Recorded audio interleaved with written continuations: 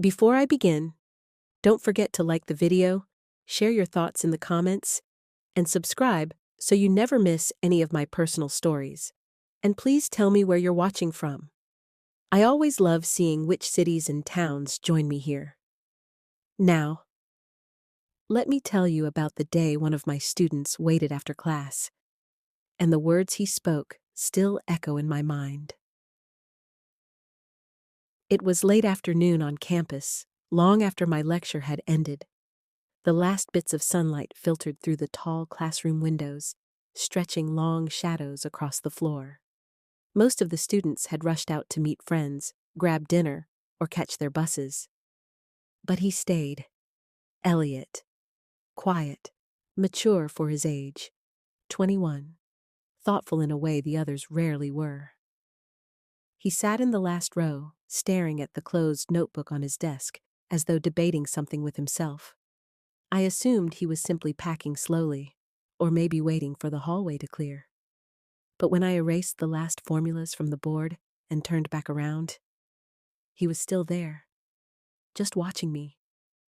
Not in a bold way, not in a strange way, in a way that felt heavy, intentional, like he had something weighing deeply on him. "Elliot," I asked gently, "is everything okay?" He didn't answer right away. Instead, he stood slowly and walked toward the front of the classroom, each step quiet but purposeful. When he reached my desk, he stopped, took a steady breath, and looked right at me. His eyes weren't nervous. They were determined.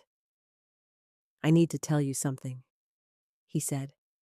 My heartbeat lifted just slightly, sensing the gravity in his tone. "What is it?" I asked quietly. He hesitated for just a moment, then exhaled. "I waited because I didn't want anyone else to hear this."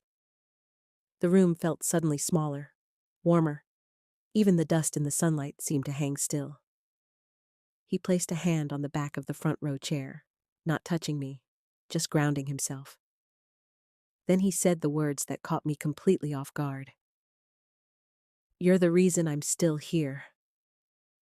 My stomach tightened. "What do you mean?" I whispered. He looked down for a moment, gathering himself. "You probably don't remember," he said softly. "But 3 weeks ago, after class, you asked if I was all right." I did remember. His eyes had seemed distant that day, his voice quieter, his energy dimmer than usual. "You said," he continued, "you seem tired? Are you sleeping enough?" I blinked. "It was just a check-in." He shook his head slowly. "It wasn't just anything to me." His voice trembled, barely noticeable. "That day, I was going through something serious. I didn't think anyone noticed me." He lifted his gaze, and the emotion in his eyes nearly knocked the breath from my chest. "But you did." The room grew impossibly still. I wasn't expecting that. Not the weight of his confession, not the vulnerability in his voice, not the quiet truth shining in his eyes. "I didn't know how to say this in front of everyone," he said softly. "So I waited." I swallowed. "What happened?" I asked gently, and what he said next shocked me in a way I still feel when I close my eyes. Elliot let out a slow breath, the kind people release only when they've held something inside for too long. "When you asked me if I was okay," he said quietly, "that was the first time someone had said those words to me all month." My heart tightened. He wasn't dramatic. He wasn't attention-seeking. He spoke with the calm of someone telling a truth he'd hidden behind careful silence. "I didn't think anyone cared," he continued, his voice steady but fragile around the edges. "My family's barely around. My friends, they don't really look past the surface. And that week, everything felt like it was slipping." He paused. "My grades, my sleep, my motivation, all of it. I felt a chill move through me, not from fear, but from realizing how close he must have been to breaking. I stepped closer, slowly, gently. "Elliot," I said, "you should have told someone." He gave a small, sad smile. "That's the thing. I didn't think I deserved to." The words cut through the room. Quiet, painful, honest in a way only someone unguarded could express. He took another breath, steadying himself. "But when you asked me if I was all right," in this simple, casual voice, I realized something. He looked right at me now. I realized somebody saw me. There was nothing romantic in his expression, nothing inappropriate, just a young man who had been carrying a weight no one else noticed. "You have no idea," he said, voice low, "how much that moment mattered to me." I felt my throat tighten. "I'm glad I asked," I whispered. He nodded lightly. "It kept me going," he said. "It kept me steady. And that night, I actually reached out to someone. I got help." I breathed out slowly, relief washing through me. "That's all I ever want for my students," I said softly. "For you to be okay." He swallowed hard. "I know. That's why I stayed today. I wanted to thank you." My chest warmed, unexpectedly emotional. "You don't have to thank me," I replied, but he shook his head. "I do." He stepped back slightly, giving the moment space, giving us both space. "People think professors teach subjects," he said quietly. "But sometimes," he looked down, then up again, "you teach us that we matter." Silence settled between us, soft, respectful, meaningful. "Elliot," I said, my voice low but steady, "I'm proud of you. Truly." A faint smile crossed his lips. "Thank you. That means more than you think." He picked up his notebook, holding it loosely at his side. Then he said the last words I expected to hear. "There's one more thing I need to tell you." I felt my breath pause. "What is it?" I asked gently. He hesitated, searching for the courage he'd already shown so much of. Then he looked at me with eyes clear and vulnerable. "It's about what almost happened that week."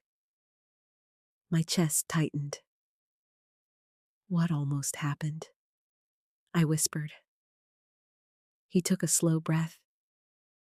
And what he revealed next shocked me to my core. Elliot's fingers tightened slightly around his notebook, the faintest tremor running through his hand.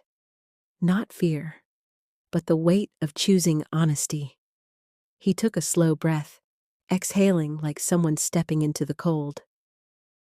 "That week," he said quietly, "I almost walked away from everything." Those words sank into the quiet room like stones into water. Not loud, not dramatic, just heartbreakingly true. My breath caught in my chest. "Elliot," I said softly, but he lifted a hand gently. Not to silence me, but to show he could continue. "I wasn't sleeping. I wasn't eating. I felt like I was failing at everything. School, work, life, all of it." His voice didn't shake, but the pain behind it was unmistakable. And it felt like nobody noticed. Nobody cared. He swallowed hard, eyes lowering.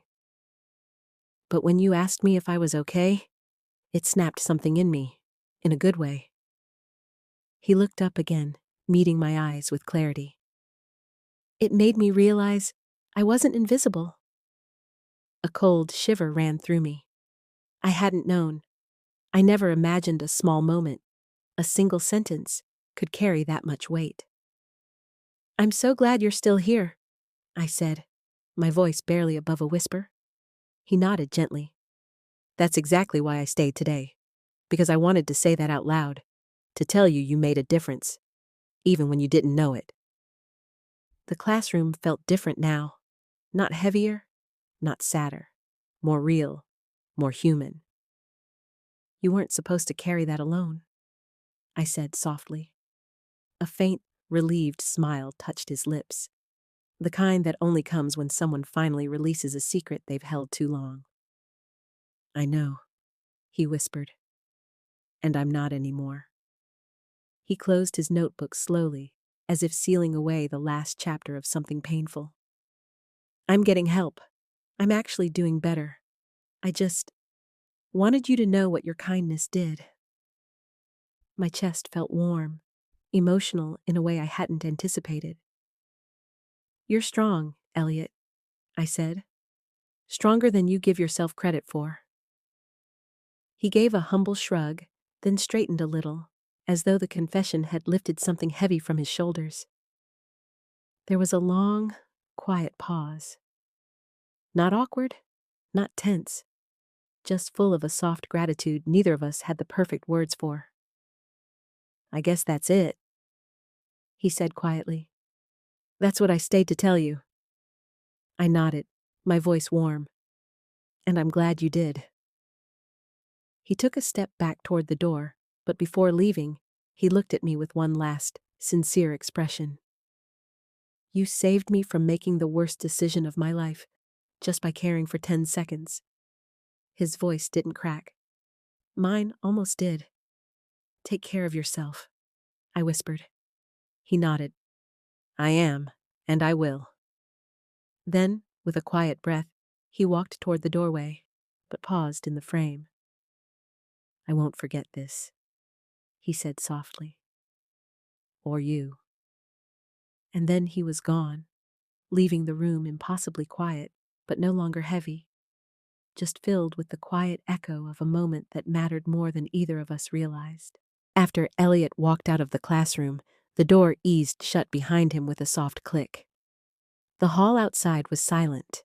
Students long gone, footsteps faded, the whole building settling into its late afternoon hush.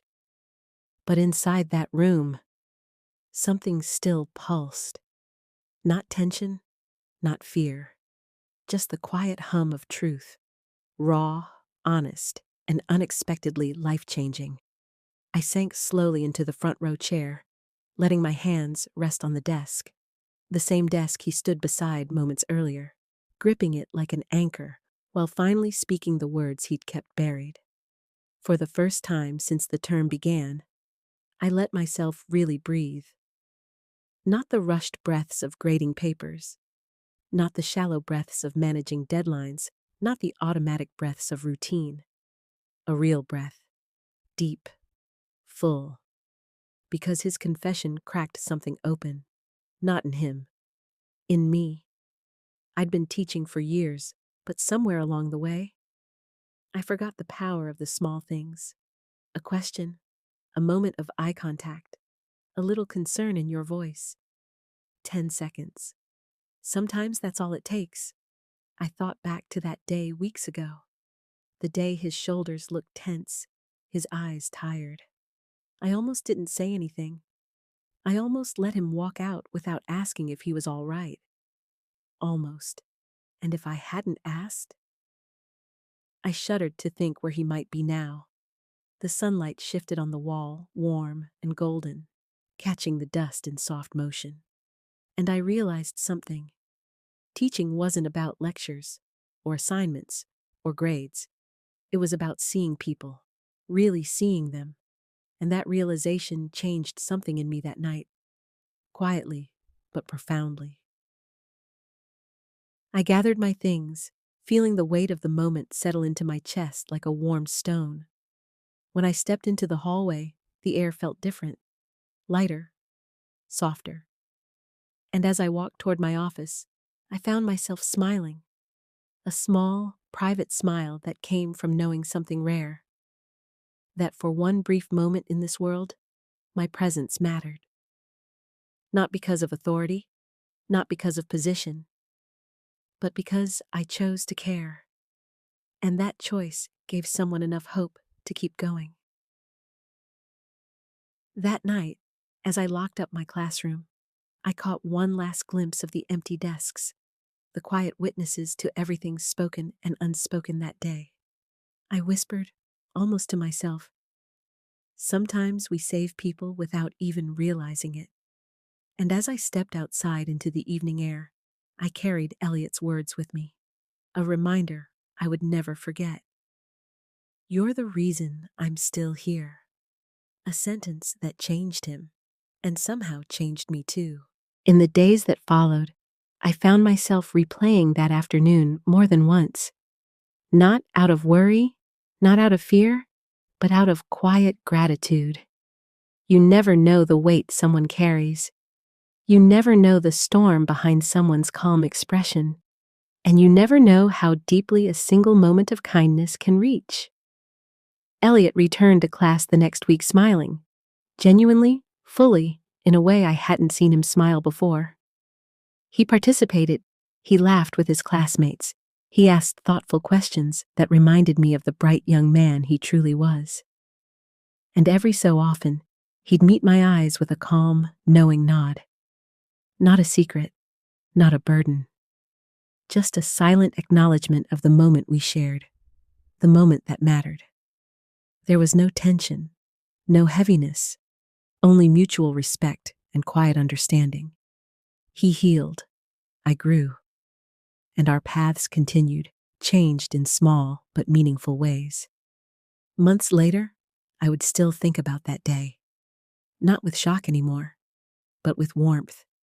Because sometimes the most unforgettable moments aren't dramatic or loud. Sometimes they're simple.